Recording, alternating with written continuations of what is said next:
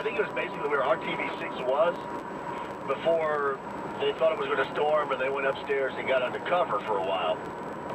But they did a little stand-up down there, and man, you just, regardless, I mean, Dale Earnhardt Jr., one of the more known guys, I mean, in sport anywhere, certainly in racing. I mean, you know, just turn our loose. But I'll leave it to guys like that, guys like Mark James, who also joined us a little bit later on, to tell me whether or not they felt that Simon Pagenaud had a better car than Alexander Rossi.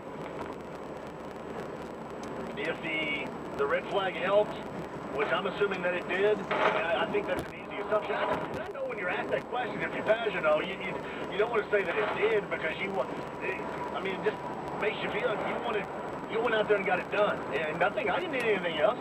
I didn't need any outside influences, any helpers. I got it done on my own. I will say this about Rossi. Again, I was watching Monaco, and I was watching the Coca-Cola whatever last night. And I like Kyle Busch a great deal. I like the Xfinity Series. The Briscoe kid from Mitchell, Indiana is awesome. My kid loves Noah Gregson a great deal. And you know what I feel about Ed? I'm going to tell you what, I don't know if there's anybody right now on the planet that can drive anything like Rossi can. Now, I shouldn't say anything. I don't know how he would be another, but I mean, he is as elite level driver in an open wheel car as you're going to find. I mean, that dude was just stalking yesterday. It was a great race. It was a fantastic ending, and yeah, maybe so. Maybe Simon Pagenaud had the better car, and that was that. But I know that everybody that was out there that was treated to a fantastic race, a great event. You see things that you don't normally see. That's what I like. That's all a part of entertaining. I want to see things I normally don't see. Like a butt luge, I don't normally see that. I'll be honest with you. I don't walk out the front door every day thinking I'm going to see a butt luge or a boob luge or anything like that. But all of a sudden you see it. Which may be going a little bit too far.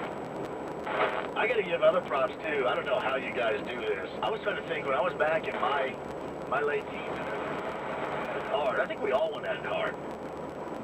But by 7:30 in the morning, it is like the biggest club in the world over in the third turn of the steak pit.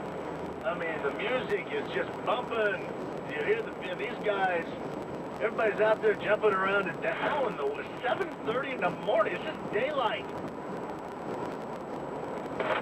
And that thing over there is the biggest mess I've ever seen. Like, I walk over there with Blake, and, you know, Blake likes EDM, so Skrillex is out there. Yeah, let's go see that. And I get to the gate to go in, and I go, well, we're not going in to see that. I mean, there's no way. I mean, first thing you see is like 3 people puking. Bah! It was like the welcoming committee right there. 3 chicks barfing. Hey, welcome. Grab a beer. Don't cost nothing, like Animal Houses. Belushi at the front door. No, it was amazing. You got a little bit of something for everybody. You got to give Doug Bowles and company credit for that too. They have tried and tried to make sure that whenever that place opens, there's a little bit of something for everybody. And at the beginning, if you remember, that did kind of honk off some of the old schoolers. Oh, you don't need this, and oh, you don't need that. Oh, it's about racing. Yeah, Steven didn't need this back in the 70s. And, yeah, you kind of do. I mean, you do.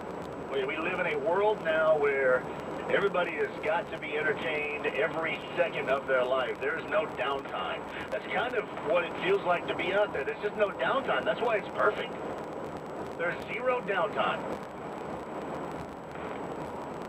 I mean, there used to be a point in time when, you know, you could wait for the phone to ring, where you didn't have to instantaneously be able to communicate with somebody, or, you know, entertainment at your fingertips.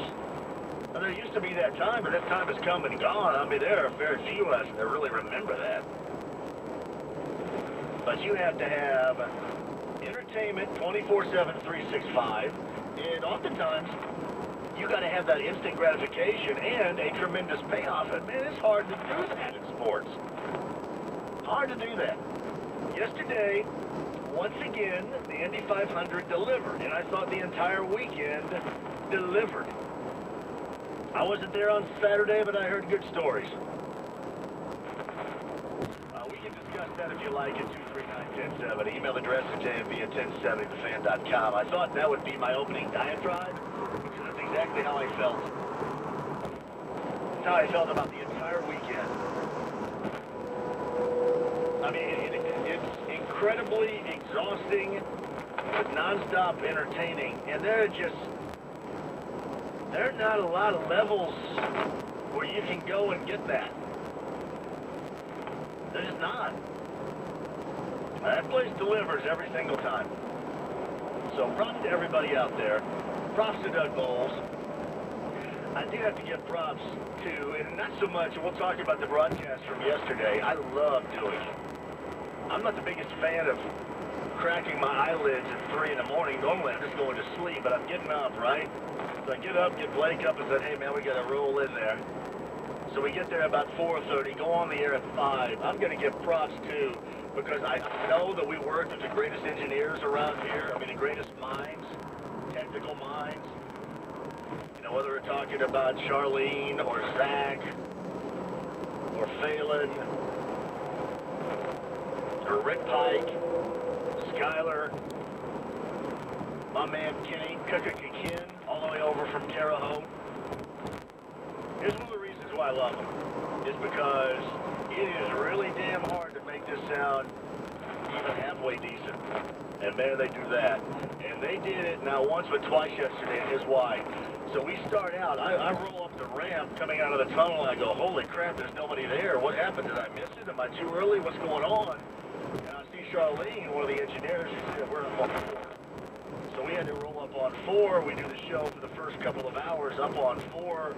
And then they see the forecast. The forecast is looking good. So they go back out there and they build the stage.